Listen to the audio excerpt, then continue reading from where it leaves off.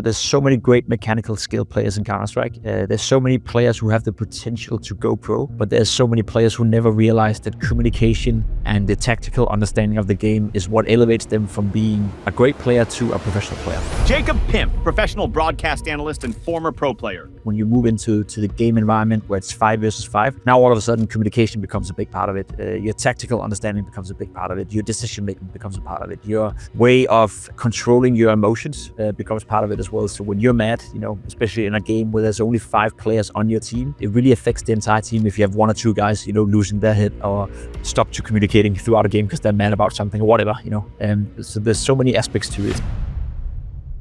I think 99.9% of people who make it to a pro level, they start with the same passion and the same ideas I have. The way Counter-Strike is built up is that if you want to get to that level, you have to play between 5 to 8 hours on average every single day. The players who tend to play the most are those who love the game, as simple as it is. Once you get to that level and then you start getting paid big money for it, and it is very lucrative to be a player. I think you start to lose, your desire for, when you're a kid, you're just excited to play. It's just fun, but now it becomes a work. Now there's pressure. Now you got to perform. I forced myself to do it. You get to a point where you can't keep forcing yourself anymore, where you mentally just cope out of it. And what I experienced was that money was not a factor in that at all. It's not that I get paid more money, then I got more motivation. It was quite the opposite. The more money I got paid, the more pressure, the more it became a work instead of a hobby in a way.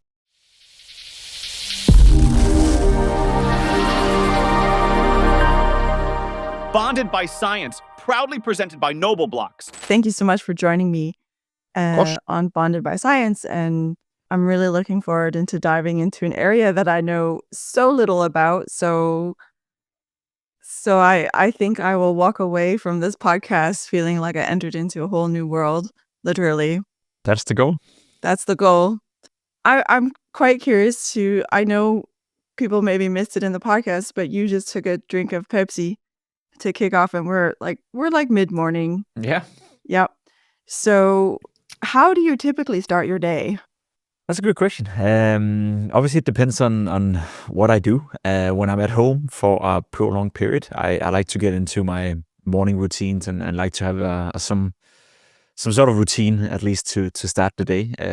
Basically, I like to have everything I can have when I'm out traveling, working, different time zone, different call times, etc. So at home, wake up, usually lay in bed for half an hour and just, chill, get out there on the phone, see if anything had happened during the night, checking up on emails and just making sure that I'm sort of prepared to walk out of bed. Then I usually eat some sort of light breakfast. Today I had something, most people probably know what it is. Skyr. Skyr. Quark, skyr, whatever, yeah. That's a staple in my life. And then, as you said, a PMAX is always good in the morning as well.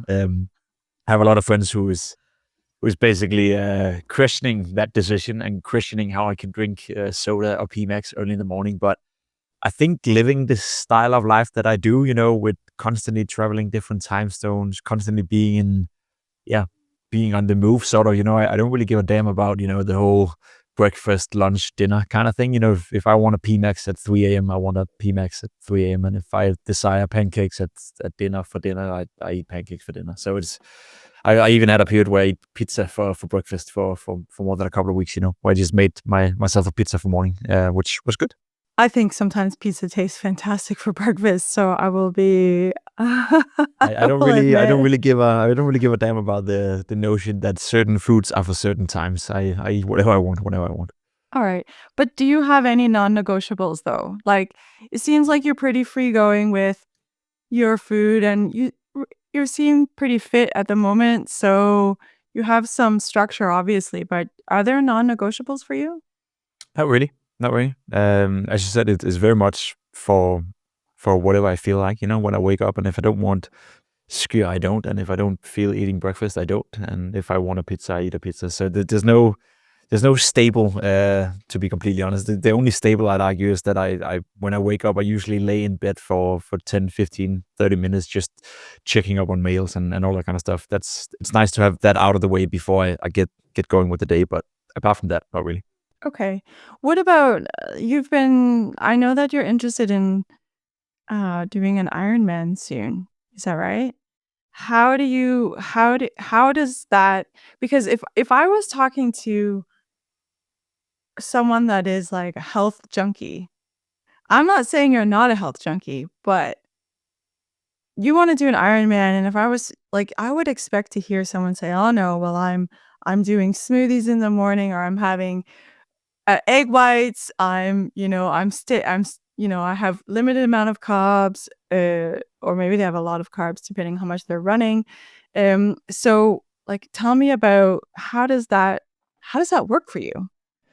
Well, I'm very I'm very structured in a free way, So in the sense that you're describing right here, I'm very much into nutrition, and I absolutely love to study nutrition, nutritional science, exercising science as well, and the past couple of years I've learned an awful lot about that, and it does feel like it's a subject right now, or a term that is constantly moving as well. New studies are coming out all the time, and I try to stay updated and read some of those studies, and yeah, in general, be very well educated, I guess, in that area. So how I structure that into my own life is maybe a bit of a different story, as you said. I know exactly how much I need to eat every day, depending on what kind of training schedule I have. I know the amount of carbs, the amount of protein, the amount of fat for that matter as well, my vitamins and all the kind of stuff. So I'm very well aware of that. It's just, I guess, the timing, and I'm how do you phrase that the best way? Like, I'm very structured with no structure, in a sense. So I get what I need every day, but I don't necessarily get it at the same time or in a structured way. It's something that I can, during the day see, okay, I'm lacking a little bit over here, so now it's time for pizza. Or, I had a very, very big breakfast, as it was a pizza, so now I'm scaling down a little bit on dinner, et cetera, et cetera. So I'm very much into nutrition, very much into making sure that I fuel my body the best possible way for my goal, which, as you said, is an Ironman, and right now is a little bit more focused on racing my bike and participating in bike races. But it's something that I care about a lot, and something that I'm very interested in. I find the whole field of nutritional science and nutrition in general very interesting, because it is, to my understanding, one of the most nuanced topics you can talk about, and there's different needs for different people. However, the broad assumption between the public and between the people is that it's a very simplistic, very strict thing. So I think there's a huge mismanagement or a huge misunderstanding between the general public and what nutrition actually is for most, which is something that I'm advocating and trying to, I guess, broaden people's horizon as well with, as I broaden my own through studies, etc. Right. So it sounds like regarding the structure, it's more like you still are well aware of what you're eating and why you're eating it, but at the same time you allow yourself to live. Like, it's not like it doesn't dictate your day. Not at all, not at all. And it's a bit more of for me personally, it's a bit more of a weekly approach to it. Day to day, obviously, if you count calories, or if you want to make sure you hit your macronutrients from a day to day basis, that can be very restrictive. It can be very, rough. And sometimes there will be occasions where you go into a family birthday, or you're doing something that makes that impossible. So the way I look at it is more from a week to week basis, so you have a certain amount of calories throughout the week that you need to hit. You have a certain amount of macros throughout the week you need to hit. And then, of course, as long as I fuel my workout, so the quality of the workouts that I do is as high as possible, then I don't really mind if 2 days is in a calorie deficit and then the next 2 days is in a calorie surplus, as long as it evens out over the week. Yeah, that's fair. How do you feel right now? Right now, I feel good. I think I'm starting to get a little bit sick. I was doing a bike race yesterday, and I was pushing the envelope a little bit. So today's a rest day of mine. But overall, I'm feeling very good from a physical standpoint. Best shape I've ever been in.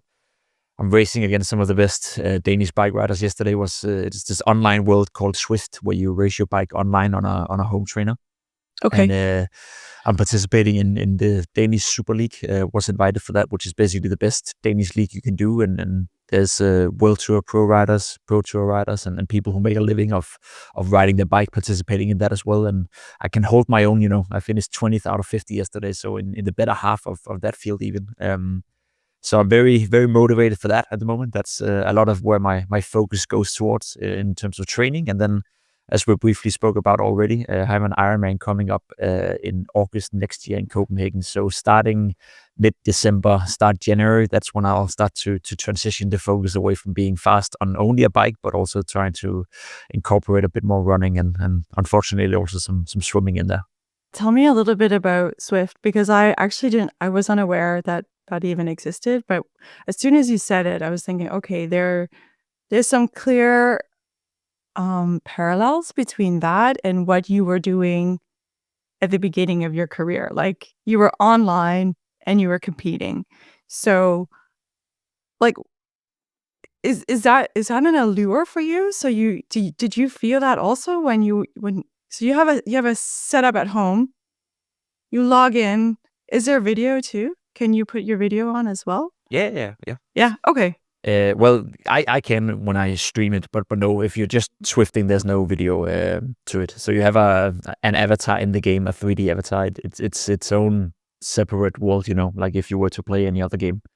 And you're spot on when you're saying that some of the stuff that attracts me. Obviously, Swift is a great training platform first and foremost.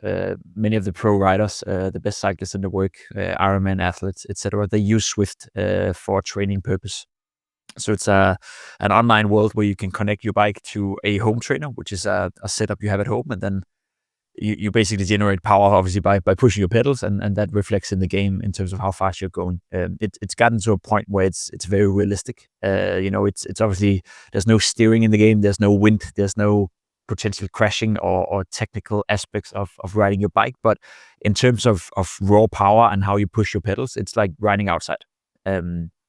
And as you said, the gamification of it, the fact that I can, if I want to, and if you physically can maintain it, then there's races every hour, every day, all the time. So if Saturday, as an example, 10:30 Saturday, there's a race league called Danish Bike Riders Suffer Day League or something. It's a 100-kilometer race, and I can sign up for that. And right now I'm signed up, but if I wake up Saturday, I'm like, I don't feel going. I just, I don't show up. So it's very low commitment. You only really commit to yourself in your own training, and then obviously there's the Super League that I'm participating in. I have to show up for that. But for broad terms, it's a world where you can train as much as you want to. You train with no requirements from anyone, forcing you to do it. It's not like when you sign up for a race in the real world where you pay an awful lot of money and you have to maybe travel a couple of hours to go to the race, and you feel like you're obliged to do it. Swift, there's races all the time, different levels, different ways of doing it. So it's just this one big online world where you can really manage your own time and do it as you feel like. And I think the gamification of being able to race against other people who are doing the same thing at their studio or at their garage or whatever they're sitting is something that brings people together. It's growing in popularity quite a lot, and it's fun to watch as well. I was live streaming my race yesterday, and I think I had 15,000 people coming by in an hour and a half, most of them like you asking, what is this, and then, getting attached to it. Yeah. Okay. Because is there any interaction? So I guess you're really just focused on performing, but it's not like when you were competing in esports where you would interact with your team, or when you're gaming. Can be, yeah. It can be. Can you yes. interact with the other players? Can you banter? You can, there's a chat function. Obviously, when you're biking, sometimes it's very rough and you don't have the mental capacity to type. But yeah, like when there's quiet moments in the races, or if it's just a training ride, then you basically have your phone where you have an app, and in that app you have access to the game as well, and then you can chat with people or speak to people or whatever. Okay. It's also very popular to join a community Discord.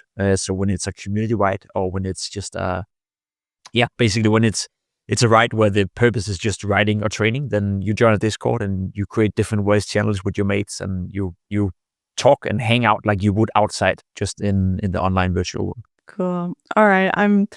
Maybe something I'll have to check out. I'm guessing they probably have a similar setup or sort of replicas for other areas of competition, but I know we don't have to go down that path. I would really, really like to talk to you a bit about your early days and how that is, how you think that has shaped who you are today. So if we just do like a flashback, you're really focused on health now. When you were younger, you you spend a lot of time in front of the computer, and some people will be like, oh, he was addicted to your screen time, or oh no. But you were drawn into a world for particular reasons. Do you remember now, or can you reflect on like what drew you in initially? Yeah, I feel like the way I like to describe it is that I've had three parts of my life. I'm 29 years of age now, and I've had like three periods. First period was when I was a kid, between 8 till 13 years of age-ish. I was very much into sports when I was young. I played handball, I played football, I played table tennis. I was the kind of kid who my parents hated me for it because I wanted to start a new sport pretty much every single week. I was also at a certain point playing curling for 3 weeks because I just wanted to try out to play curling. Yeah. Really? Oh, curling also. Yeah. Well, it's Yeah. it's hilarious. It's You need to come and join us one night. It's here. We're playing Gigantium. yeah, that's where I went. Yeah, when I was a kid. So I Nice. tried it. I was playing for 3 weeks maybe, and I found it hilarious. But then It was awesome. it is. Yeah, I'd love to come join one day. Please do. And my parents were just like, you gotta pick. You can't play table tennis, football, handball, curling. I want to play everything, basketball for that matter as well. And so I stuck with the classic football and handball. And then I had a cousin who drew me into the gaming world when I was around 12 years of age. He played an awful lot of Counter-Strike, and he was more so a gamer. He was playing 10 different games and just spending a lot of time in front of the PC gaming, having fun with it. And I always had that competitive aspect to me, that when I was playing football, when I was playing handball, I very much cared about winning. Not in this obnoxious way where it would ruin my day or ruin people's life around me if I didn't win. But when I'm in the game, I want to win. And then when the game is done, I can put it away and be like, okay, we didn't win this time around, yada yada yada. But very competitive, inspired when I'm in it. And when I found out that I could combine, playing computer games with that competitive mindset in Counter-Strike, where you're playing 5 versus 5 and you're playing in a team setting, that's when I really dived into it. That's when I stopped playing football, I stopped playing handball, and I went from being a normal looking kid, maybe slightly chubby to some degree, and just went full on Counter-Strike, full on computer. And I turned into this little meatball who, when it was at its worst, I think when had I been 17 years of age, I think, when I was in my second year at the gymnasium in Denmark, I weighed 132 kilos. So it's just like steadily every year I would gain 10, 15, 20 kilos each year. And just for listeners, like how tall are you? So 187 centimeters. 187, So okay. I was a very big guy. Yeah, Very big okay. guy. All right. So that transition into becoming the middle part of my life, sort of, yeah, where it was all about playing Counter-Strike and all about, eating chips and Well, one could say you were really focused on yeah. on what you were doing. And I think sometimes people talk about being balanced as if it was something that is like, I really think if you want to go for something, you're typically out of balance, right? Like you have to really lean in. So you're not going to be able to make all the family events. You're not going to be able to, go to all the friends, and like some things have to give. In this case, you refer to your weight as one of the things that sort of let go. But we can circle back to that because I know that's a really important area of your life. And I know you've been really open about it as well. But I would really like to first talk about like what were the aspects of the game itself that drew you in, like that drew that competitiveness into the game. I think it was the fact that you could compete, like it was a competition, playing in a team environment, like I knew it from handball or knew it from football, where you're 5 guys competing against other 5 guys, and you rely on your teammates. Obviously, you can to some degree win a game by yourself, but just like in football, if your goalkeeper sucks and he lets 5 goals in, it doesn't matter if you score 3, you'll still lose. And I had the same feeling in Counter-Strike when I really got into it. The first year was just gaming for fun. But when I found out that there was this competitive aspects to it, that's when I really zoned in. That's when I fell in love with it, almost.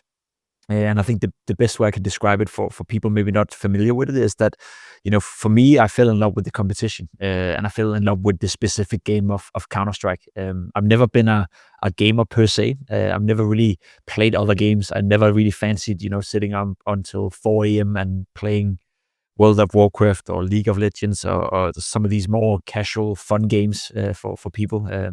Didn't want to do that. When I was gaming when I was training. It was training for me. It was getting better at Counter-Strike. It was being obsessed with Counter-Strike. So for me, I wouldn't even describe myself as a gamer, more so as a competitive dude who just fell in love in this specific game. Right. And that's what drawn me into it, yeah.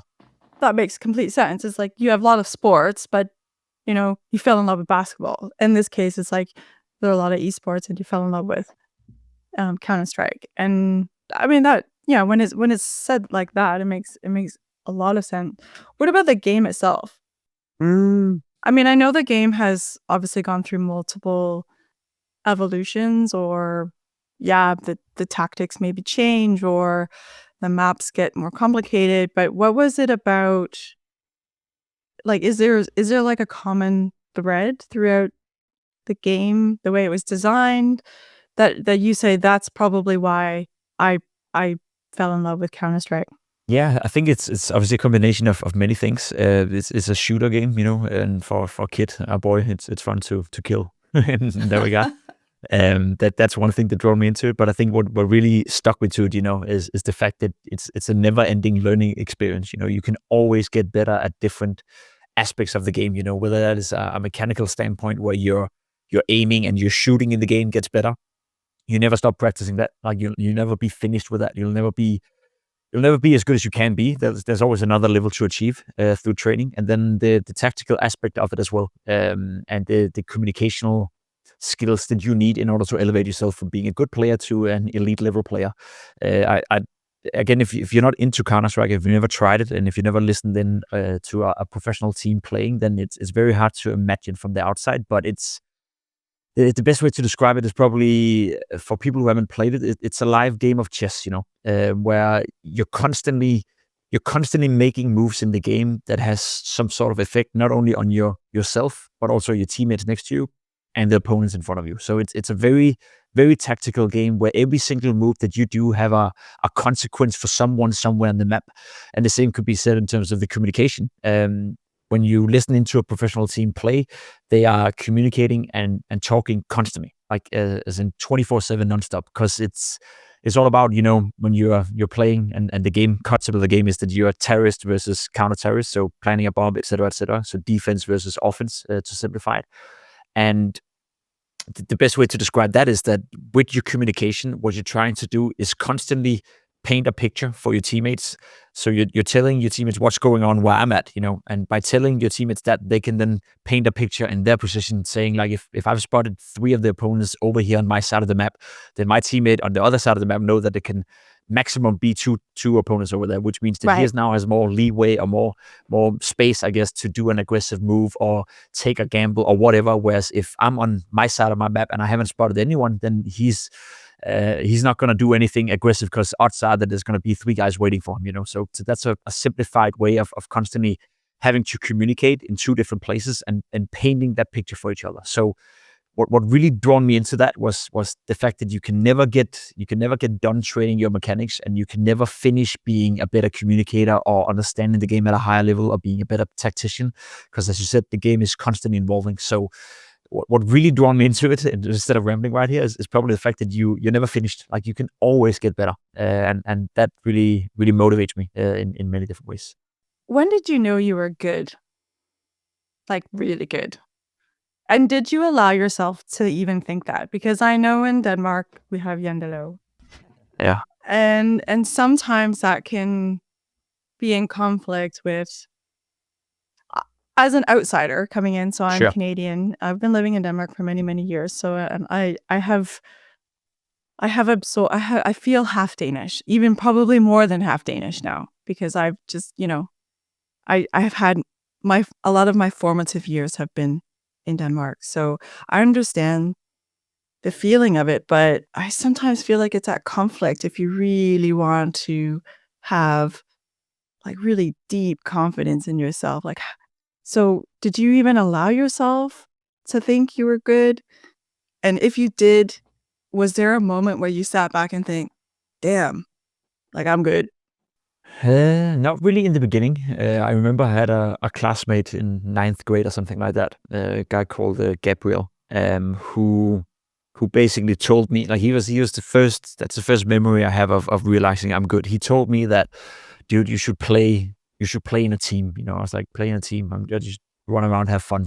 And then I asked him why, and he was like, you're so much better than everyone. And then I slowly realized, that whenever we played, obviously I was always better than my teammates from my class, in school, but I had no idea what that would translate to in terms of how good am I going up against people from all over the world or from all over Denmark, for that matter. But he was the one who convinced me that I should give it a go, and he was the one who convinced me that he was sure that I was better. He was sure that I would be one of the best. So no, I didn't even realize that in the beginning. But then, as soon as I got into the team aspect and playing in various teams, it was this classic story of, I played in one team for maybe a month, and then I'd outperform that team. We'd play tournaments and we wouldn't finish too well, but I would be the highest scoring guy on that team, and then a team above me would ask, hey, you want to come play with us instead? We're playing in a higher division. I'd be like, yeah, sure thing. Then the same thing would happen, play for that team for a couple of months and then move up and move up and move up. And did it take maybe half a year or a year before I moved up from being just a guy who was running around, having fun, to a guy who were now playing in a top 10 team, top 5 team in the entirety of Denmark. And back then, which has always been the case in Counter-Strike specifically, if you are a top 5 team in Denmark, that also means that you're one of the 20, 25, 30 best teams in the entire world, because we're so good at Counter-Strike in Denmark. So it was him who convinced me to give it a go, and then I think I realized it myself, after a couple of months, where I just kept moving up in the degree, so to speak, in different teams. Okay, so we just give a shout out to Gabriel then for the nudge. Made me. Yes, cheers. Okay, so one of the answers to the questions would have been that it was the metrics. So Gabriel saw something in you. He spoke to you, and then you said, all right, I'll give it a go. And then then you started to realize, because your metrics relative to the other team players was always a little bit higher, or maybe substantially higher sometimes. And that's really what sort of allowed you to be like pulled up, one could say. Okay. Why do you think that you were better? Like, what is it like? Was it one particular thing that helped you initially and then you grew other skill sets? I also think maybe it's a good time to say, like, what are the skill sets that you think you talked a lot about communication as being pretty important. And I guess imagery as well would be an important skill set for the other team members. So when you describe something, they have to reimagine that scenario. In a way, yeah. So yeah, let me just rephrase that. So what was one of the first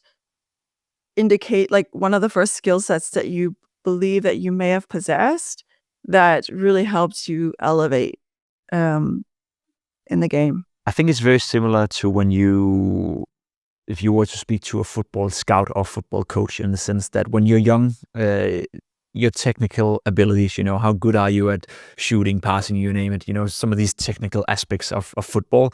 It's the same in Counter-Strike, it all comes down to how good are you at aiming, how good are you at shooting, how fast are you, I wouldn't say reaction time is something you need to have in Counter-Strike, but it helps you if you're fast, obviously. So these mechanical elements of the game that's step one, so to speak. And I almost argue that everyone, regardless of where you come from, regardless of your talent, everyone can become good at shooting, at aiming, at these mechanical things. Just like in football, if you practice your technical skills over and over and over, you will become good at it at some point.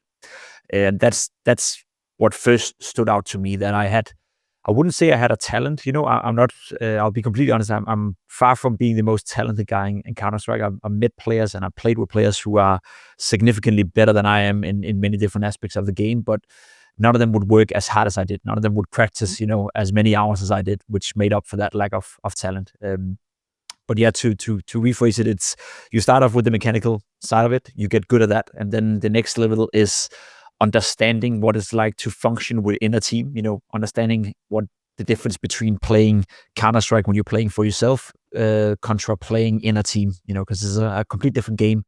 Another great example to make the reference in football is you're playing your classic five-a-side games in the schoolyard. You can be a king in that. You can be the best player in a five-a-side game. But when you go into the 11-a-side game, when you go into the big football pitch, so many more elements into the game comes in. Your positioning, your tactics, all that kind of stuff. And it's the same with Counter-Strike. When you move into the game environment where it's 5 versus 5, now all of a sudden communication becomes a big part of it. Your tactical understanding becomes a big part of it. Your decision making becomes a part of it. Your way of controlling your emotions becomes part of it as well. So when you're mad, especially in a game where there's only 5 players on your team, in football, it's perhaps a little bit easier because there's 11 players. So if you have one guy who's acting out, there's still 10 others, who can keep it calm. But when you're only 5 guys, it really affects the entire team. If you have 1 or 2 guys, losing their head or stop to communicating throughout a game because they're mad about something or whatever, so there's so many aspects to it. So it's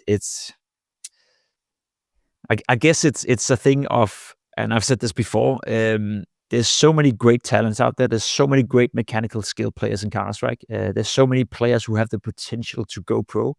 But there's so many players who never realize that communication and the tactical understanding of the game is what elevates them from being a great player to a professional player. And a lot of players will think, just like in football, that as long as you can do some flick ups, as long as you can do some crazy tricks on the field, you'll be the best because it looks cool. Same in Counter-Strike. You can look really good, you can have a really good aim, but if you don't understand the other aspect of the game, then you will forever be that guy who's just good and you'll go nowhere. So that's probably the best way of describing what it takes to be an elite level player. How would you train that? So one is, like you said, like, is it the number of hours like you just invest? You owe your time commitment to your success as well. And then there's the technical parts that maybe those are the first skills that begin to unfold in a player.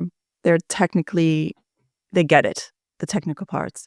But then now you're talking more like, not like a meta cognition, but like you're sort of saying, okay, like you need to be able to see the game. You need to be able to, predict what's going to happen. You need to have that tactic long-term vision as well. So how do you get that? I mean, is that something that you think is trainable? Is it a trainable skill? To some degree, the mechanical part of it for sure. I own a software company in Counter-Strike where we basically offer tools to train your mechanical skills, like in all sorts of different ways. So that's something I've been very involved with. Now I'm not a guy that from a technical point of view can create software, but I've been the guy who's telling them, listen, we need this and this and this. This is an aspect of the game. If you want to get good at that, we need a tool that can help me with this. And then we have some software engineers who are doing that. So that's something I've been very involved in. That's from a mechanical standpoint. I think in terms of understanding the game, like getting that game intelligence, it's a lot about attitude and a lot about, learning from role models and learning from players you're playing with. And again, it's like everything else in life. Some players and some people have a tough time listening to others. Some people will come in and I've had teammates as well where it's clear that he's a better aimer than I am. It's clear that mechanically speaking, he's a better player than I am. But he understands nothing of how to incorporate that into the game, sort of. And some players will come in with a humble mindset and they'll be willing to soak in. They'll be willing to learn. They understand from the get-go that this is what's going to take me from being a great player to an elite level player. And some players will come in with the attitude that I'm already the best. Why do I need to care about this? Why do I need to communicate? I'll just shoot them. And that's that difference in mentality is the first thing you want to spot out, because if you have a player where you sense, okay, there's some talent in here, there's some mechanical skill, and he's willing to listen, he's willing to learn, then it just takes time. You just got to play with that player. You gotta be a role model. You gotta talk to him. You gotta constantly theory craft as well. A training day on a Counter-Strike team usually consists of anything between 4 and 5 hours where you play the game and you practice the game, but also an hour, maybe 2 hours sometimes of just reflecting on certain stuff where you watch video material and you'll be like, okay, so what are you doing in this situation? Why would you react like this when something like this happens? Just like you see it in football or American football or whatever. And that's a big part of it today. So if you have players who are not willing to accept that as being as important as the mechanical side of the game, then more often than not, those players will just fade away. There is obviously rare examples where a player is so talented, so skilled that he gets away with being perhaps a little bit less game intelligent. But broad terms, everyone can get good at the mechanics, but very few understands how to combine the two. And as I said, that's what makes an elite player. I was just thinking, and maybe it sounds like a silly question now, but like I was thinking, like, how do you actually master a digital weapon? So it's like I was just, I remember watching my son play, and when you're talking about the reflection part, I'm like, why do people watch other people play all the time? I get that now. So it's like you really want to hear the thought processes that were going on where they were going through a particular moment in the game. What was the decisions they made and why did they make those decisions? I mean, I love that type of thinking. But if I was to circle back to one of my original questions, and it was like how do you actually master a digital weapon? Like, is it just about positioning? Is it about anticipating that someone's gonna peek their head out? I mean, I don't play, so you're probably gonna have to speak to me in like layman terms when it comes. Yeah, but it's a good question because it's a bit of everything you just mentioned right there. It's the software you're working on, I guess. So maybe it's That teaches good habits, yeah. So obviously, as I said, there's the mechanical aspect of it, as in you have your mouse and you have your keyboard, and you got to be able to control that, And obviously, with the mouse, it's in your hand all the time. So it's all about muscle memory, all about getting familiar with that. It's I have the same. You're from Canada, right? I have the same thing when I watch ice hockey, as an example. I cannot, for the life of me, I cannot look. I cannot look at a game in ice hockey, and I cannot tell you who's the better player and who's a great player and who's the exceptional player. I cannot see who does something that is extraordinary. And I guess that's me not understanding ice hockey to a big enough degree. And I think it'd be the same for you when you watch Counter-Strike. You can obviously see that, okay, the guy is scoring a lot of goals, so he must be good. But what exactly is it that makes him so good? Like, is it the way he moves? Is it the way he's positioned himself? Is it his game intelligence? Unless you understand that, it's very hard to dissect. And I'd say it's the same for Counter-Strike in that regard, especially if you're not playing it yourself. But it is down to, you constantly have your mouse in your hand, you're constantly moving, you're constantly clicking your keyboard.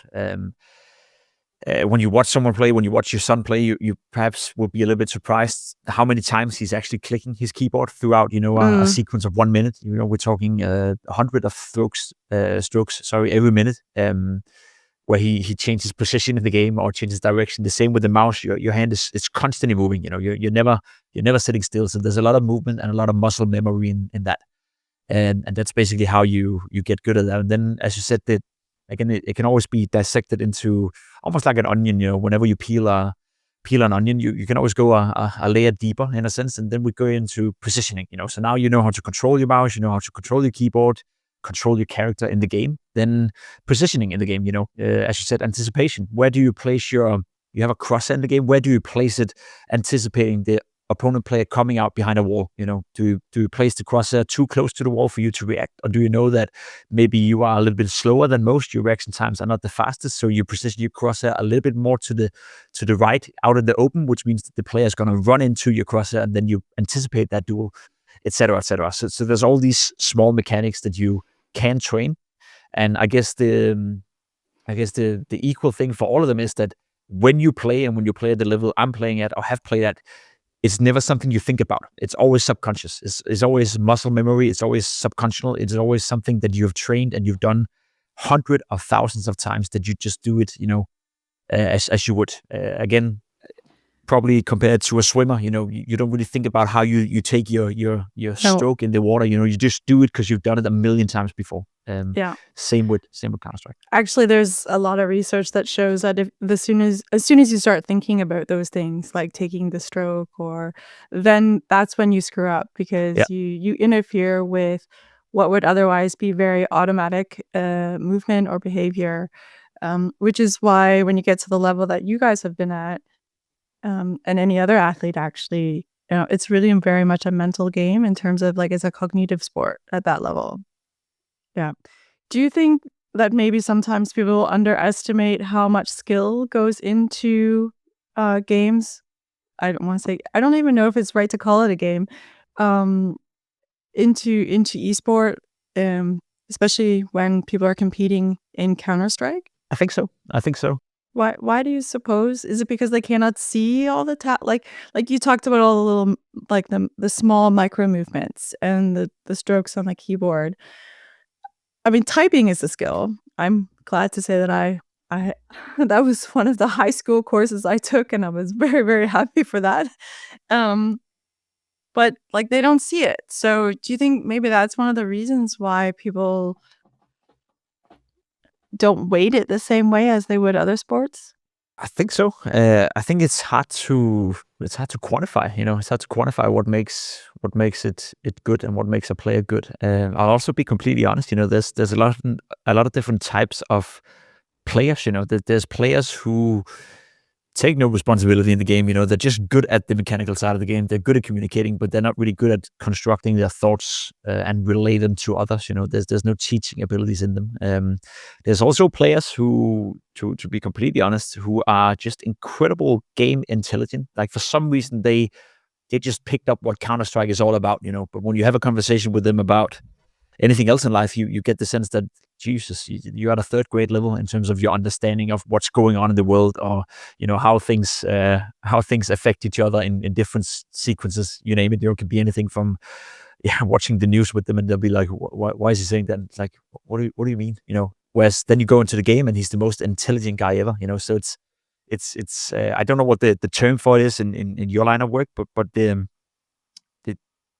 it's hard to quantify exactly what makes one super, super intelligent in one area of his life, but then have no abilities whatsoever outside of it. That's why we often speak about when Counter-Strike players, when they get kicked off their teams or when they stop their career, some of them will land places that are great. Some of them will find a work where some of those qualities they had in Counter-Strike can be transferred into a normal line of work, whatever a normal line of work would be. And then some players, they find themselves in a very strugglesome periods.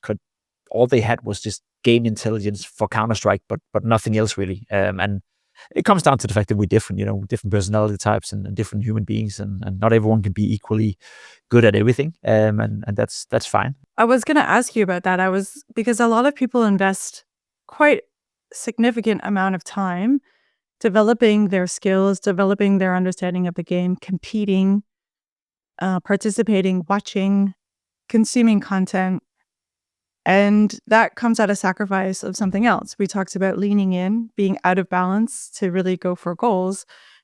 So when they stop for whatever reason and they transition to, let's just call it a normal job for now. It doesn't necessarily have to be a normal job, but when they transition out, you said that some land well in your view and some don't. Do you think it's because it was mostly the personality that landed them, or do you think it was because they were able to really pull from the skill sets that they matured in the game? Yeah, it's a good question, because it's also, as I said, to me at least, from my point of view, it's about quantifying what is it you actually like. What are the skill sets that you have? And I think for some people, it just, as I said, it's almost a sixth sense for them, in the game. Their game intelligence, how they're good at the game, in specifically in Counter-Strike, could be any other game as well. And then if you were as a job interviewee, going out and you had a conversation with them and you asked them, so what are some of your qualities? I think they wouldn't be able to quantify it. They wouldn't be able to tell you what they're good at, and obviously they are good at something. So it's maybe about helping them, to realize that you have certain qualities and you just need someone to help you convey that in a way, or realize that you can use those qualities in different aspects of life as well. So there's a lot of personal, development within it. And then there's other people, like, I think I'm a great example as well. For my money, it's I've never made the full transition out of the esports world. Now I work as a broadcast talent. I work as a presenter, host, commentator. So still very much involved with esports. I have my side gig as a software company owner, almost, where I learn a lot of stuff. But I never really made the transition where I had to be like, so let's say that tomorrow I quit all my esports activities. If I were to go out and find a job, what would that be? What are some of the qualities? What are some of the skill sets that I have that could be useful in XYZ company? And it's a thought I've had a million times, and I constantly try to challenge myself, and force myself to realize what are some of my qualities, what are some of the areas that I perhaps should look into to get more well-versed and more well-rounded in a way, and what are some of the line of works that I could do, and specifically for me, I've always been a a leader type within my teams. I've always been a guy who take responsibility. I was the guy arranging all travels. I was the guy, constantly talking to the tournament organizer and making sure that everything was arranged in that regard. So I have a lot of experience within, travel organizing and making sure that everything is set down, So when you look at it from that point of view, a production company who does TV productions, you name it, would probably be obvious for me, Working as a producer would probably be an obvious move for me, given that I worked on, I don't know, 1,500 days of broadcast, within esports, which is significantly more than most TV host experts you see who's done it for 4 years. We get so many reps, we get so many repetitions, we get to work with so many interesting people that will be a line of work. But it's something that I personally try to challenge myself on pretty much every day, because I know there's going to be a time in 2 years, 5 years, 10 years where I will have to make that transition, and I want to be ready for it when that comes. Are you nervous? Does it make you a little nervous? I'm excited. No, Oh, you're I'm excited. Yeah. Okay, that's nice. That's good And to hear. maybe it's blind confidence. I don't know, but I really do think that That's I think probably the there's best kind. probably, but I really do think that there's a lot of companies out there that would benefit from a type like me, and it could be anything, It's also, given my story, it's all about motivational drive. How do you find the drive? How do you find a purpose in what you're doing? It could be as a public speaker in that regard. It could be as a consultant. I've done consultancy work as well for some quite big firms in Denmark, in terms of how do they connect with the youth. We all know that targeting people who are between 16 years of age and 28 years of age right now is the hardest thing for pretty much all companies out there, because you can't spam TV commercials anymore. You can't just put an advert in a magazine like we did in the old days. So how do you connect with that audience? And I am the bridge to that audience. I grew up with that audience. I'm kind of like the guy that was the guy they wanted to attract. So that would be a line of work as well that I'm interested in. I like consultancy work. I like coming into a firm, and I like to sort of like a Counter-Strike team as well. To give you a concrete example, when I go into a Counter-Strike team and when I do my work now, I assist the team, So I assess what are the qualities of this team? What are some of their flaws? What are they good at? What are they bad at? What could they improve on?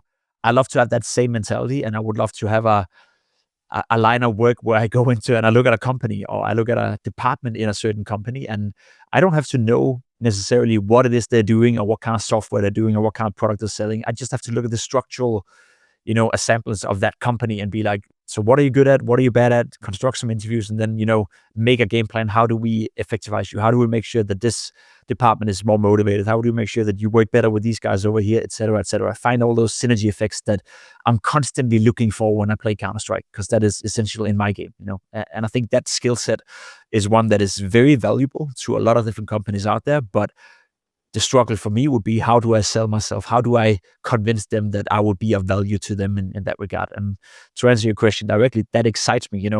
Doing that sale pitch excites me more so than it scares me, because I'm sure that someone will be, quote unquote, smart enough to realize that that's a great idea to get me involved. Well, I think what you're experiencing is probably what others would experience too, right? So they have spent a lot of time in a particular area. So like, not even what you did. Like, it could be like, sometimes I work with younger like PhD students that have really specialized in a certain topic, and they're like, how do I transition now? Like, how do I take the skills that I have? Some of them are very hard to quantify, as you have also expressed here. And how do I articulate that in a way that will resonate with other people? And I think what you have described is the same situation that I see in other people that are going through a career transition. And even myself, I've also had to experience that. But you said that if you went into a company, you would go in and you would figure out what people were good at. You would figure out that team. So maybe you need to interview yourself. Like, maybe you need to, like, how would you figure out what you were good at? If you could do it for yourself, then you could do it for another person, and vice versa. If you could do it for another person, it should be possible. Yeah, that's a good to do for yourself. It's a good line of thought. Yeah. So yeah, I guess maybe you'll have to have a podcast where you where you interview yourself.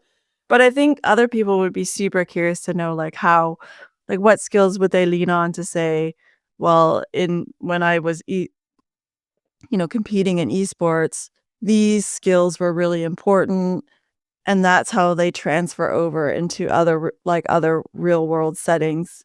And if we could articulate that for people, I think so many people would be very grateful for that, because I think it's sometimes, like you said, like it was Gabriel that said, hey, Jakob, you're really good at this. Like, I see something in you.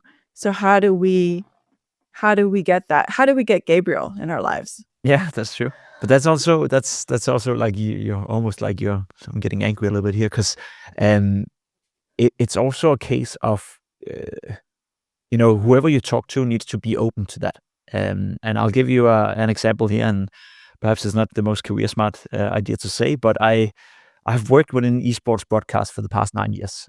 Most of my producers are former NFL, NHL producers. We have Olympic, the guy who produced the Tour de France in Denmark and the Olympic Games, and like some of the best in the business. Some of those guys where whenever I talk to them, I always try to really listen hard, because I know they have an awful lot of experience. They tried an awful lot, and I want to learn from them.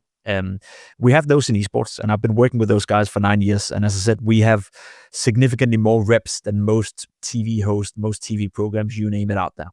So despite that, I've only done it for 8 years. I'd say I have what equals to 30 years of experience, working in front of a camera, considering how much we're on in esports. Now, when I try to talk to, and I have worked for Danish TV2 as well, which is the biggest Danish national broadcast company we have here, I get the sense, and maybe it's good for them to hear that, I get the sense that they're living in the past. They're very much living in the past. So when a guy like me comes in, and when I try to assess, okay, so you're employing me as a freelancer on this product, I can't help myself to also come in, and just because you hired me to do freelance commentating on this tournament doesn't mean that I'm not trying to also improve, the way we're doing things. If that benefits my work, if it makes it easier for me, or if it makes the product that we do better, or makes the guys around me better, I'll happily, engage in that conversation and do that. And I cannot describe how many times I've just met a big fat wall, of the way I like to describe it in my youth terms is just, it's like talking to a dinosaur. It doesn't matter what you say. It doesn't matter how you convey it. It doesn't matter how you present it to them. They are set in their own ways, because that's how it's always been.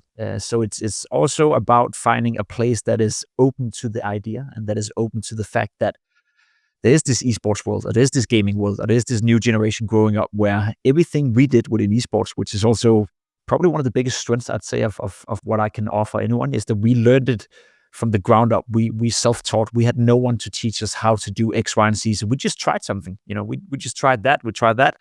Half of it didn't work. Half of it was awful. But down the line, over the years, we found something really, really good.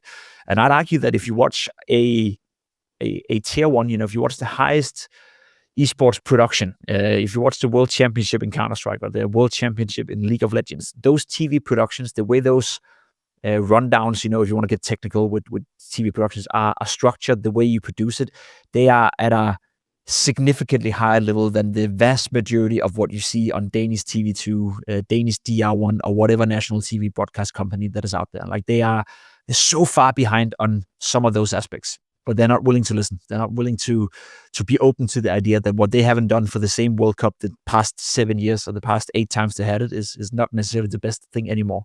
And that's where it gets frustrating, for me at least, because it's as you said, it's about how do you articulate that in a way that makes those guys open-minded to it. And more often than not, I find that it doesn't matter how you do it. It's just a closed door for whatever reason. What about other players? So like if we were to speak to other players now, and they want to articulate like what they bring. So they've been competing for many years, and they've invested the time, they've consumed the knowledge, and they want to go, maybe they won't go into broadcasting like you have. Like you had a really great transition into broadcasting and also being an analyst. And not everybody will have that opportunity or that path. But if they were to go on their own path, like what advice could you give to them to say, well, like, hey man, you're good at this, and this, and don't forget it. Like you earned your stripes, so looking at another player, or maybe it might help to think about who your mentors were and like what you admired about them. I think it comes down to, again, sit down and quantify what is it they're good at. I have an example. I don't want to mention his name, but a player that I played with who were exceptionally good at Counter-Strike. He's won big tournaments. He had a great career, but it ended a little bit prematurely, a little bit early. He lost motivation, etc. And now, as you see with with other sports as well. He's hit this, black hole where he can't really figure out what he wants to do with his life. As far as I'm aware now, he hasn't had a job for 2 years. He's just coasting around and basically living off his savings, And I've tried to have a conversation with him in terms of how do we move on, And one of the things I remember saying to him was that what I remember from him being a player was that, he was very calm in the most pressured situations, when the game was at the highest stake, when it was, one round away from winning a tournament or whatever, he would always be the most calm guy, and how do you use that skill set, in the real world? Well, could that be in the military in a way? Well, no, because he's not physically active. Okay, cool. Could that be in a kindergarten where, to some degree, there's a lot of pressure coming from a lot of different kids, maybe at a different level, but maybe that would be it. Could that be at what are we calling it? I don't know what the English term for it. Højskole, when you go to High school, yeah. High school, sort of, yeah. Where you specialized as different lines, as a policeman line or sports line or whatever. Could that be dealing with kids, at the age of 17, 18, 19 years of age, who will apply a lot of pressure to you? Where there will be, certain scenarios where you have 20 kids coming at you, and deal with that kind of pressure, you would remain calm as a teacher. Could you be teaching in a way? Like, we had those conversations, and we're trying to figure out, what kind of skill sets, and in particular, how can you use the fact that you're so calm even when the pressure is at its highest? Where does that apply in the real world, and what are some of your interests? Obviously he was not into sports, so rules out the military, rules out, coaching, whatever. But it could be in a school setting, it could be in a high pressure environment, in any line of work that he may find interesting, and I think that sparked a bit of self-reflection. But again, it's very, very tough, and I guess you said it so fine before that, having to make that transition when all you ever done is one thing in your life, and you're specialized at a few things, then all of a sudden have to make a transition where you have to use those skill sets somewhere else. It can be so hard to quantify, and even more so, as I gave you the example before as well. One thing is knowing yourself what you think you would be good at, but I think the harder part is convincing someone else that you'd be good at that. As I said with TV2, great example. If I were to go into, let's say that I would approach Novo Nordisk, and be like, listen, give me access to your production department over here, and I'll make sure that it becomes more effective. Like, how do I articulate that in a way that, everyone could come and say that? So how do I showcase them that I have the skill set to do that? I think convincing someone else to believe in you is significantly harder to convince yourself in the first place that you believe in yourself. Yeah, I think that's really very well said. So it comes down to the character. Would you say, though, that it's a risk then for like younger players that get into competitive esport, that they will also have this, they will need to confront this? I'm not saying that they don't develop skill sets. I highly believe that they do. I think they just need to be articulated and put out in a way that is relatable to the rest of the world. And I think it will happen. I don't think it will be me that'll do it. It might not be you that will do it, but somebody is doing it. And there's a lot of research now, diving into the skill sets and, putting them in terms that other people can understand. So that's going to happen. But do you also see like that it can be a little bit scary or daunting maybe for a parent that sees that their kid is like really going full throttle on esports, and they're worried about that they won't develop another skill set or plan B kind of education or option? And is it possible to have both? Like, can you have like when you were playing with some of the best teams in the world, I mean, I would imagine there wasn't much time for much else. True. I mean, I grew up with the scene sort of before it became as popular as it is now. Yes. So I was lucky enough to maintain school while doing it. I finished my gymnasium, and I have my gymnasium diploma. So if I wanted to study at the university now, I could. So I had that safety net sort of. I think today it's changed. I think if you want to be at the level I was at back then, it's very hard to imagine a guy who can juggle both school and playing at that level. So it is all or nothing in a sense. I do think, however, we as a society and the way the the general work market works. It's I think I've read a couple of studies on that and articles on that as well, that we change jobs more often and we change line of work more often than we've done ever. Back in the day, 50 years ago, 20 years ago, it was very normal that once you picked your line of work, that was the line of work you'd be in for the rest of your life. Whereas we do seem to be way more open-minded to changing field of work, or maybe educating ourselves when we're 40 years of age because we want to try something new. A lot of us will, as far as we don't want to admit it, but when you're 40 years of age and you already have your house, you already have your dog, your kids are maybe on the way out of your home as well. We have the financial stability and freedom to basically take out 2 years of our life to then re-educate ourselves. So I wouldn't necessarily be as scared as I would have been 10 years ago if my kid would go in and be like, I'm all in on Counter-Strike, and if I'm 25 years of age and it hasn't led anywhere, or if I'm done when I'm 25 years of age, I still have, given the pension age as well, I still have, 60 years to work probably at that point, and figure out what I want to do with my life. So I get where it's coming from, and I get why it could be a scary thought, but I do think we as a society are moving in a direction where it's not too big of an issue, to be completely honest. All right. What do you see as an issue then for esports? Like, do you see that because you said you've been there since the ground up, you grew your career, you had some fantastic years, you were successful. Sounds like you're doing a great job now with the broadcasting and the analytic work that you're doing, and maybe 2v2 will come around at some point. Hopefully, I would love to.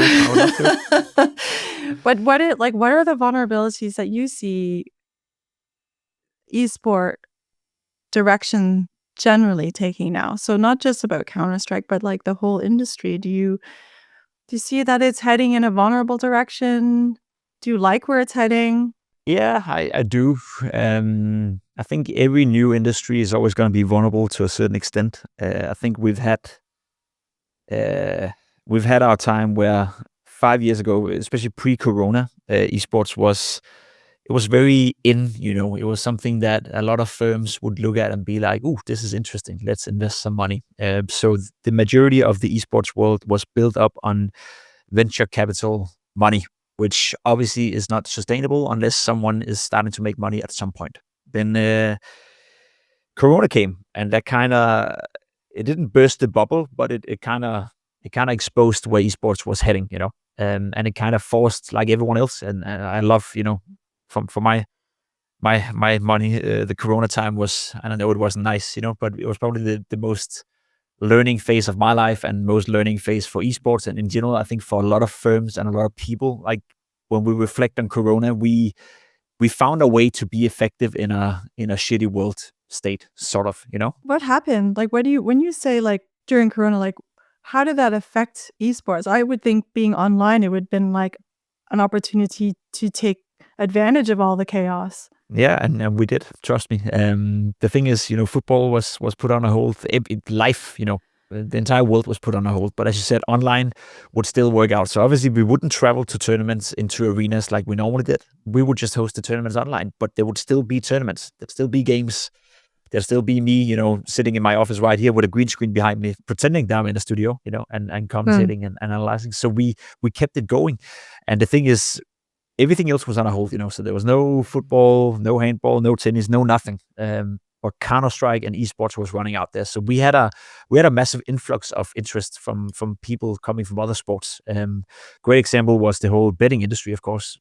People were obsessive to bet on stuff, and we have I guess in the world there's a betting addiction to a certain degree, or a betting culture. I'm not gonna say the betting necessarily is bad for everyone. It can be fun. I do it myself once in a while, but obviously there's a lot of people betting and doing that a lot, and all of a sudden they couldn't bet on anything, and for those who are addicted to that, well, they started betting on Counter-Strike. They started to bet on League of Legends. So all of a sudden we had an influx of viewership from other sports that we never would have reached had it not been for Corona shutting them down.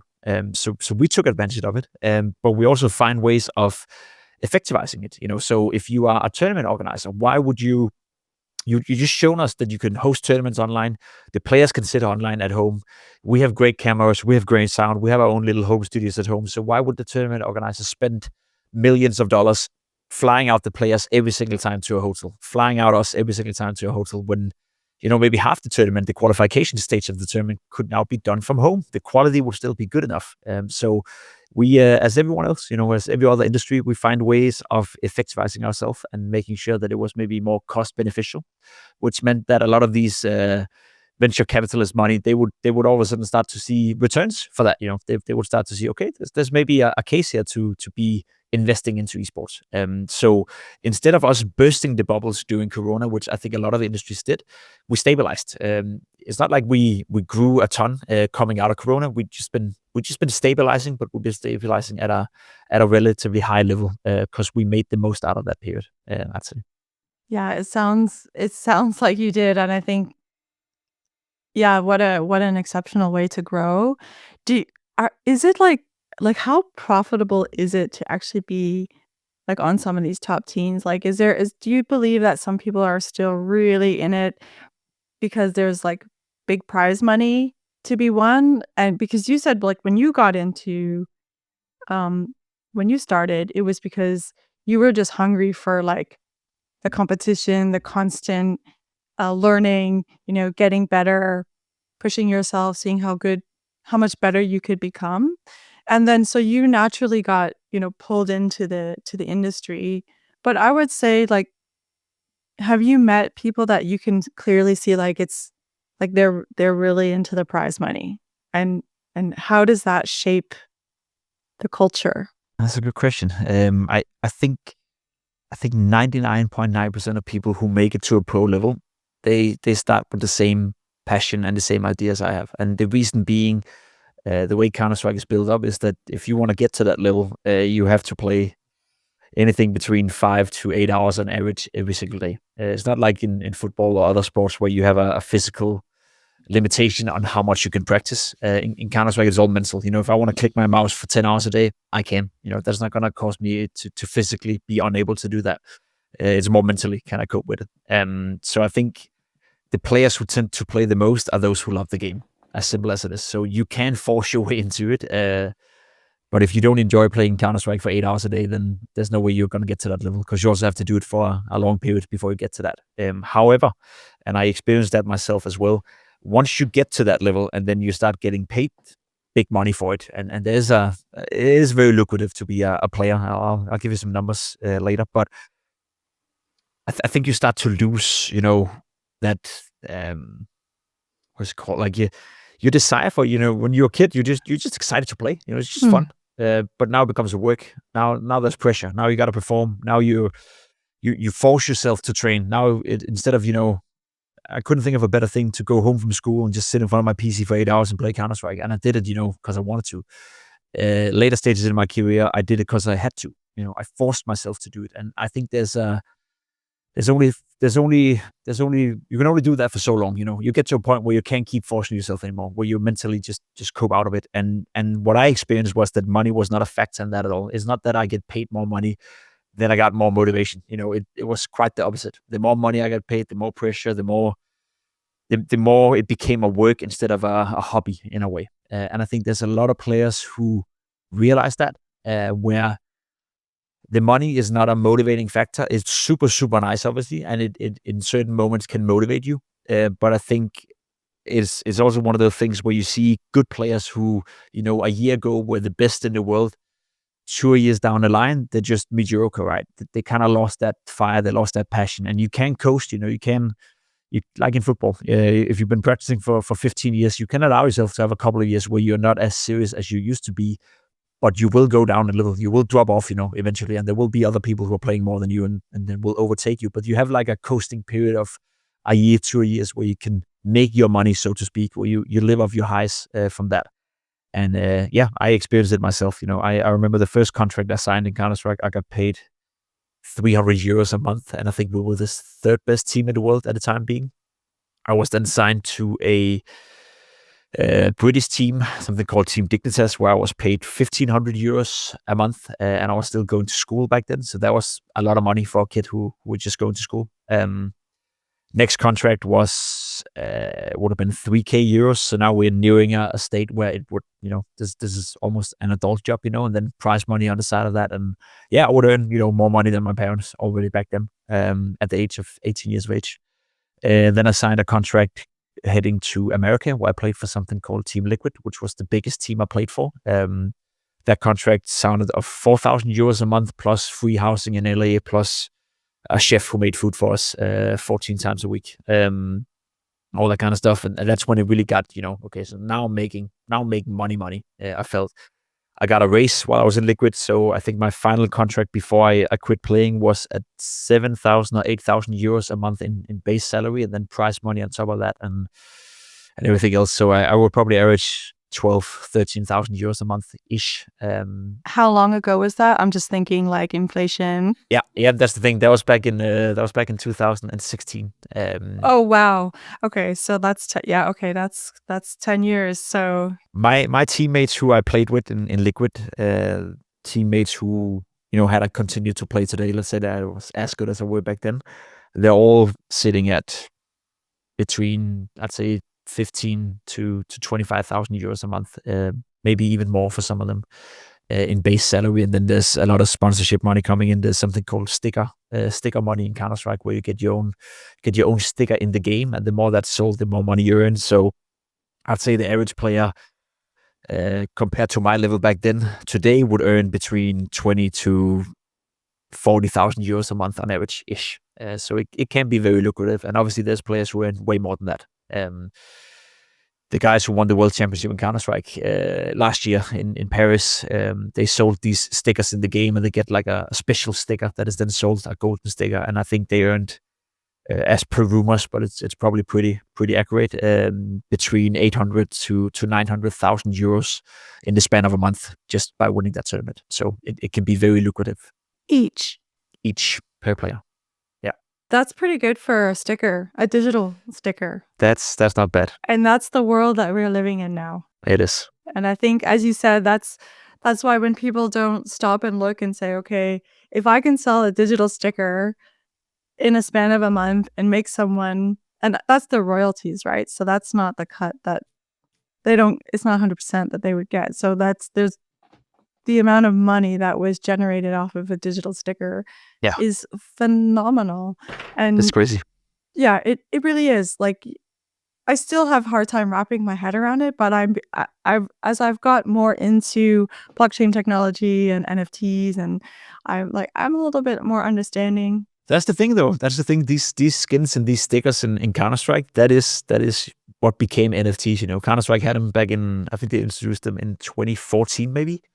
And we didn't know, Counter-Strike didn't know, but that was basically an NFT, and it's a physical NFT living in a game by then creating value for it. Whereas most of your NFTs today, they don't exist anywhere apart from a piece of paper or a picture, So that's what Counter-Strike did without knowing. I think then if you were to study the whole blockchain technology and study NFTs, if you go back, or fast forward 10 years, and then you look back, they'll probably realize that Counter-Strike, League of Legends, and these different, big games that had a lot of users in the game, they were already selling NFTs before people knew what an NFT was, Yeah, they were the first use cases for sure. They were. Yeah, and I think we'll see other use cases coming out in different types of businesses and ecosystems, which I'm sure you're probably... A lot of people are trying. There's also a lot of ex-Counter-Strike players who have tried to start their own blockchain NFTs and whatnot, and some of them got lucky during the boom, and some of them burned their fingers. So it's constantly evolving.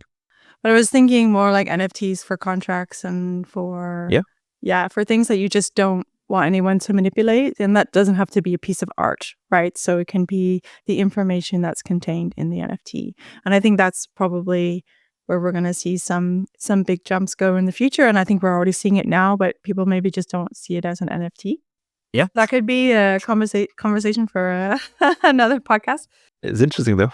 How esports is infiltrating other areas of the industry. Jakob, I feel like we covered quite a bit of ground, and I was just wondering what advice would you give your younger self now? I think my biggest deficit as a player, and my biggest deficit as a human being, and something I had to learn the hard way, was my attitude in terms of playing within that team. We spoke about Gabriel, who gave me the push to believe that I was good. And then I'll also be honest, once he gave me that belief, I also cherished that a lot, and I also convinced myself that I was very good. And to some extent, and in certain times, I perhaps was not the most comfortable or nice teammate to play with, because I had an ego. I had a bit of that sass, where I felt better than everyone else. And when you have that feeling as a kid who's 15, 16 years of age, who are immature of his age, in that regard, then you're maybe not as willing to listen to the grown-ups. You're not as willing to listen to the guy who I can see now knew better than I knew, but perhaps wasn't as good at the game. But I could have learned a lot from X, Y, and Z person. So I think, and it's a classic, cliche almost, but really, really, really, really, really tell yourself that it's okay to listen to someone with more experience than you, regardless of how good you are. And if there's one thing I've taught myself, and one thing that I constantly keep telling myself as well, in pretty much all engagements that I have, it's I observe the right, and maybe I don't know if there's a term for this, or if it's stupid, but it's one of the things that I tell myself all the time. I obtain the right to listen to everyone, and I listen interestingly to everyone. And if I feel and if I sense that someone has something, of value to me, then I can reflect on that. I can take that in, and I can use whatever parts of it that makes sense in my use case, or for me as a person, or whatever I do. But I also obtain the right to listen, and I will listen, but also be like, whatever you said right here, it doesn't really reflect well with me. It doesn't resonate with me at all. So I'll just, throw it out. But what I didn't do back when I was a kid is that I would never listen. I would never even allow myself to listen in the first place. I would never allow myself the opportunity of getting smarter by talking to X, Y, and Z person. And that's something I keep telling myself today, that regardless of what I may think of you, and what you do, having like some sort of predetermined I guess, imagination of what you could offer me in a way, I will always listen, and I will listen carefully. But then afterwards, I'll obtain the right to be like, yeah, whatever, bullshit, she's useless, or whatever she said was useless. Or, it could be that certain parts of what you were bringing to me was super, super interesting, and certain parts were useless, but just allowing yourself to listen, and give yourself the opportunity to reflect on whatever was being said, and then from that point onwards, you can always use it or not. But I have robbed myself of a lot of learning, and I've robbed myself of perhaps great team offers and opportunities to grow my career as a player even better, because I refused to listen when I was a kid. And that's something I cherish a lot now in my adult life. Yeah, that's really powerful. I don't even know how to follow that. Like, so, I mean, listening is such a great skill to have. And I think also for me, when I look at what I'm doing, it's like, wow, it's just like I get to meet people like you, and I interview scientists all over the world and entrepreneurs, and just listening to their journey and thinking, wow, like, how can I incorporate that into my life? Like, what have I been doing? And I think I got to a point in my career where I was like, I don't need to go through everything firsthand. I would much rather someone just show me like the shortcut.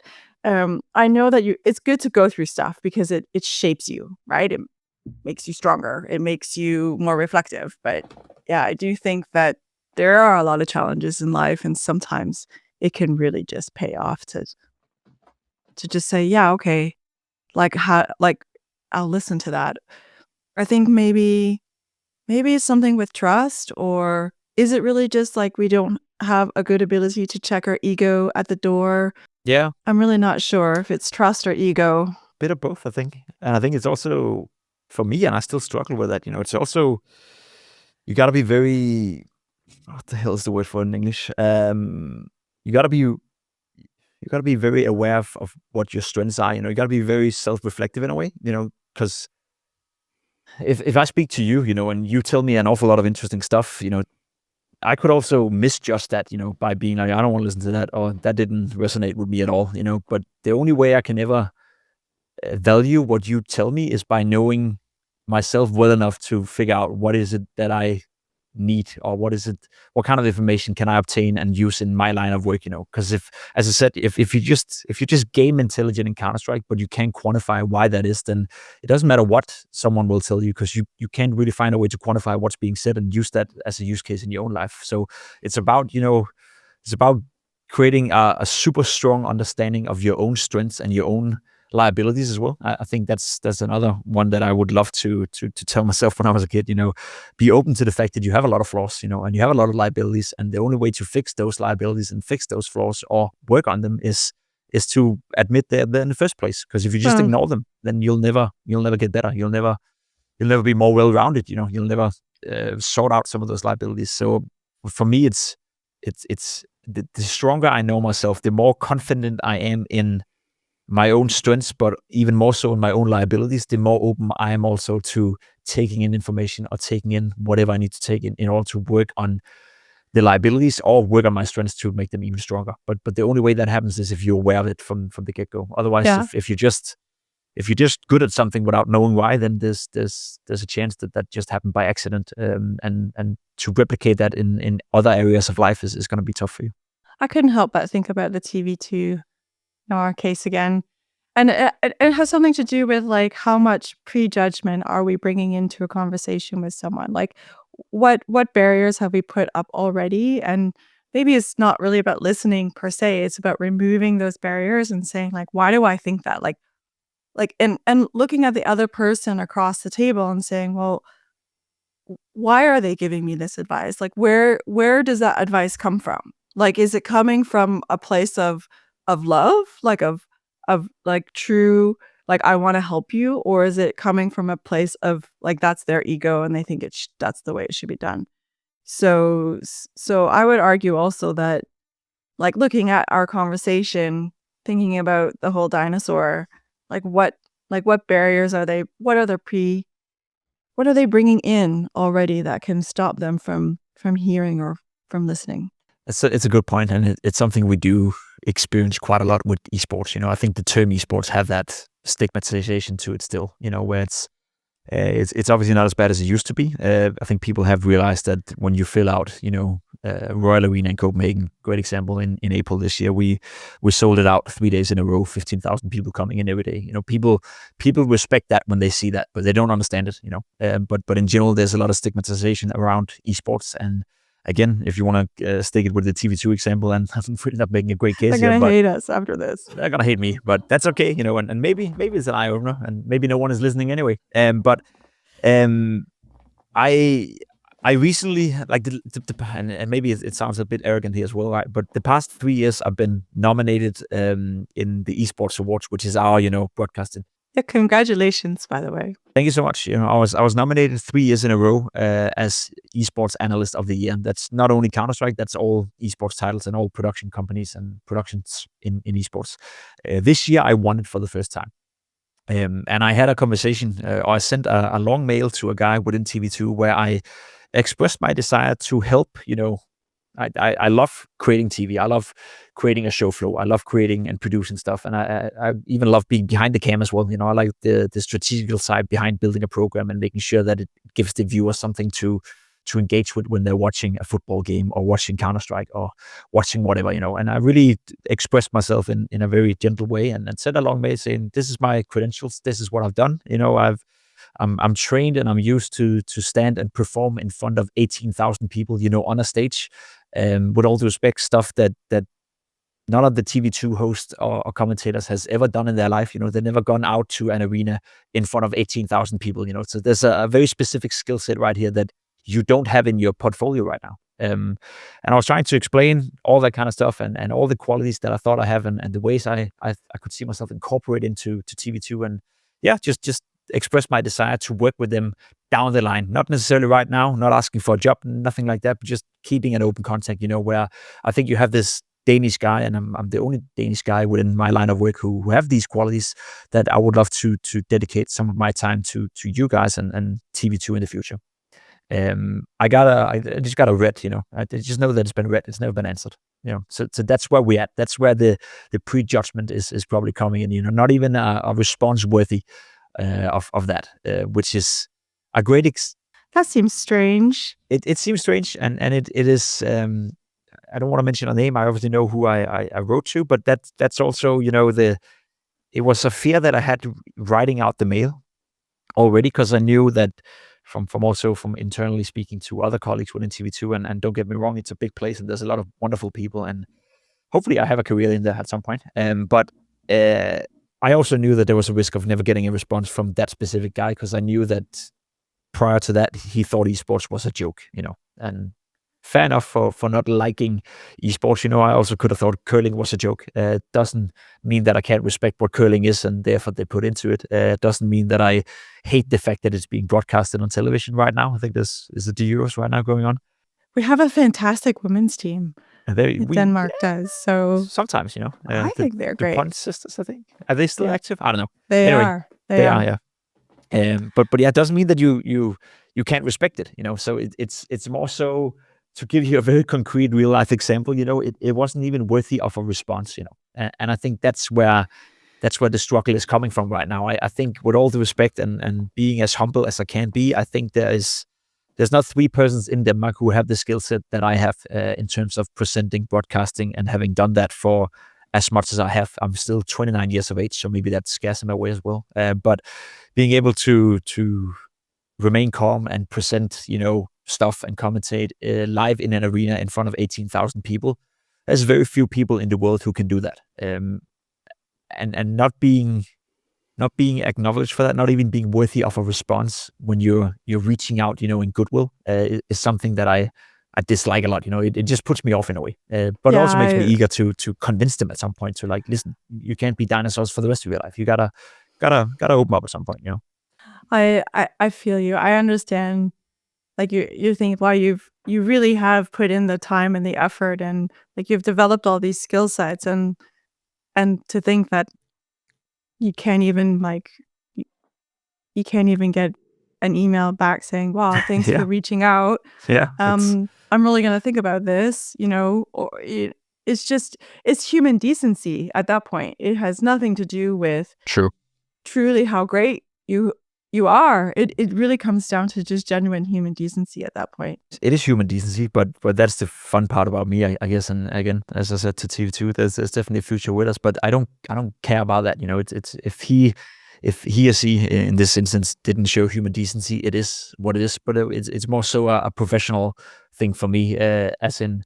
But there's I care also so the much about my work, and I'm very passionate about it, So if the professional barrier is obtained by the fact that someone doesn't have human decency, that is what it is. I can't do anything about that. But if anything, it's more so, it's crippling in me. I want to get involved. I want to get in there and make sure that it's better. I want to get in there and share my experience. I always, all the content that I do within Counter-Strike is also with a learning purpose. A lot of the videos that I do is learning. Speaking of, as you said, thought processes and helping people to give them good advice in terms of how do I build up these good habits in order to understand XYZ scenario.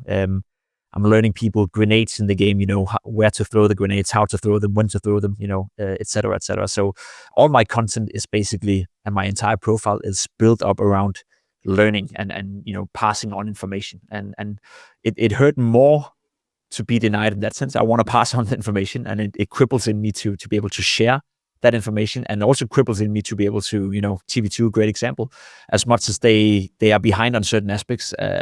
Also, there's plenty of things we can learn from the national, or the broadcast takers in the world that has done it for many, many years. It's that, back and forth learning from each other that I very much appreciate. And I think is hella fun. But it's obviously impossible when there's only one part who's interested in learning from the other. And I think to move away from the whole TV2 conversation and the stigmatization of esports, I think that's where a lot of different entities, companies, even universities for that matter as well, could learn from that. Open up to the idea that we have a world that has been self-made from the ground up, where there's a lot of learning to be had. They can learn from us, we can learn from them, and at the end of the day, who's not winning by that? But if you're not even entertaining the idea that there is a world, and if you don't respect that world for what it is, then you're never going to be open to learn from it either. And that I dislike. Yeah, well, I'm well aware that some of the, I don't know how many universities, but I know that we are planning to have guests on the podcast that are developing curricula that is specifically geared towards the esport industry.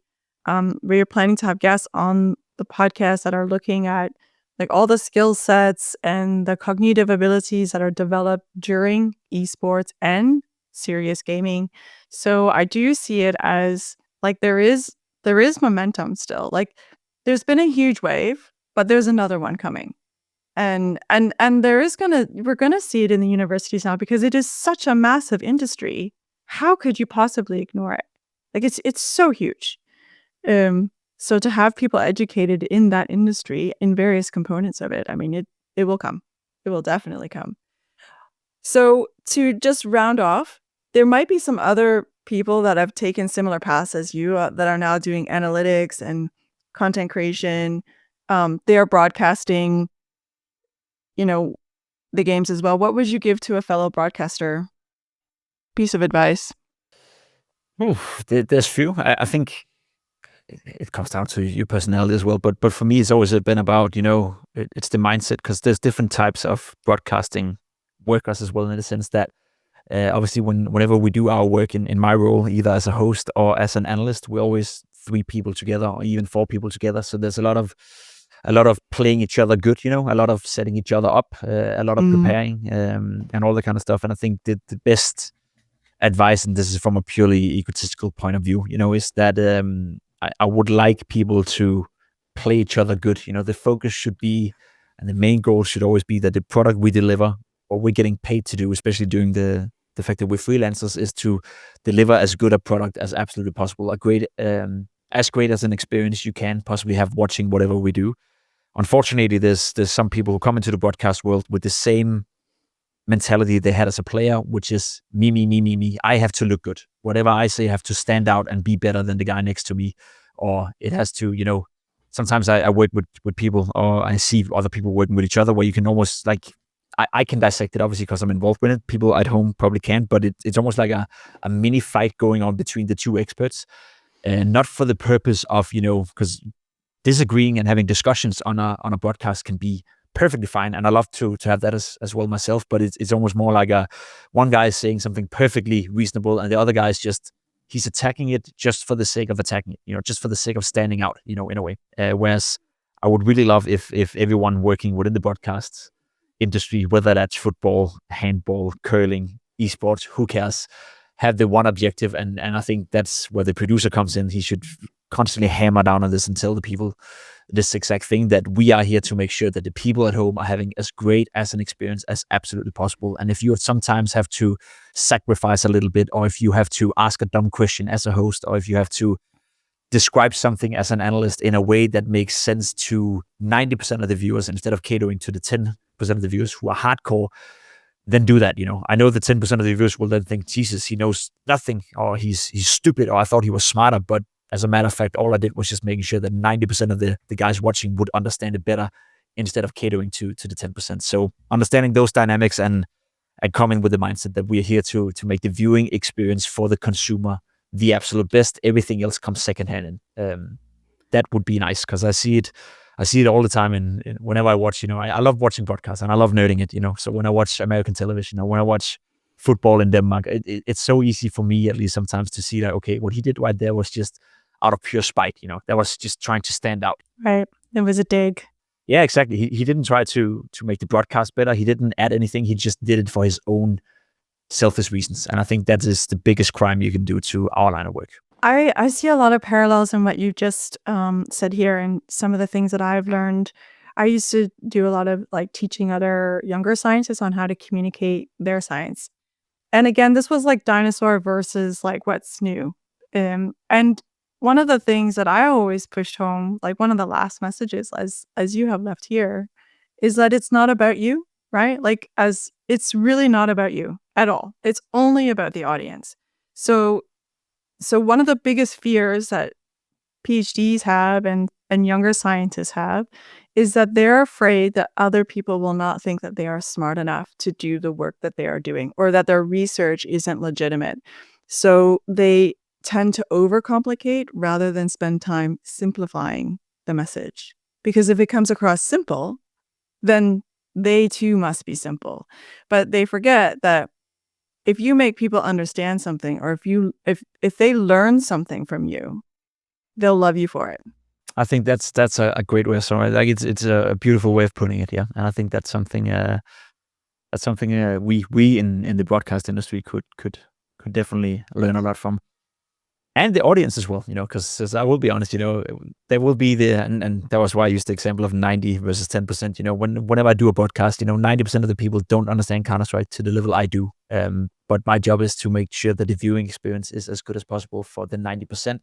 However, the 10% who do understand it very highly, they will also be the 10% who are the loudest in the community, and who would, as you said, be, Pimp is so simple, or he doesn't understand anything, or is that why he's doing this? Is that because he's not as smart as we thought? So it's a constant, you get pressure from both sides.